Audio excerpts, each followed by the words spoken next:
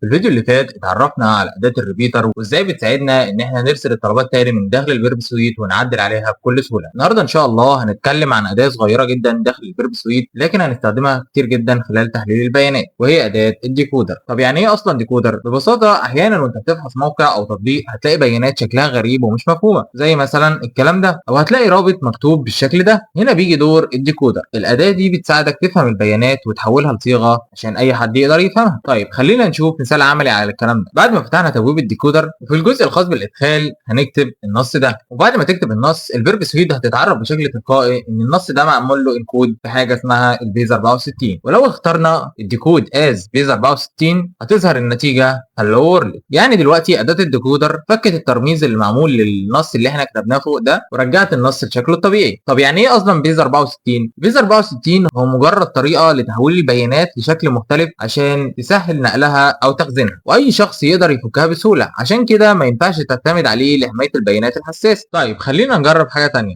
لو كتبنا في الخانه هلو وورلد تمام ودوسنا انكود از بيز 64 هتتحول للنص ده تاني. تمام، يعني اداه الديكودر بتعمل ترميز للبيانات وبرده في نفس الوقت بتفك الترميز. طيب يعني ايه بقى يو ار ال انكودنج؟ احيانا المواقع بتستبدل بعض الرموز باكواد خاصه، زي مثلا المسافه بتتحول لحاجه زي كده. عشان كده وانت بتتصفح ممكن تلاقي رابط شكله غريب شويه، ولو دخلنا الرابط ده في الديكودر واخترنا يو ار ال ديكود هيحول النص للصيغه المناسبه للاستخدام في الموقع. ودي من اكتر الحاجات اللي هتقابلك وانت بتحلل الطلبات. يبقى ببساطه اداه الديكودر بتساعدك تفك اي نص مكتوب باي حاجه من الحاجات دي وترجعه لنفس النص تاني، وبتساعدك برضو تفهم شكل الروابط اللي انت مش فاهمها وانت بتتصفح. ان شاء الله في الفيديو اللي جاي هنتعرف على اداه الانترودر لاول مره وهنفهم فكرتها ببساطه وازاي بتساعدنا في اختبار القيم المختلفه بشكل اسرع داخل الفيرب سويت. عشان كده ما تنساش تعمل فولو لايك عشان تكمل معانا رحله تعلم الفيرب سويت.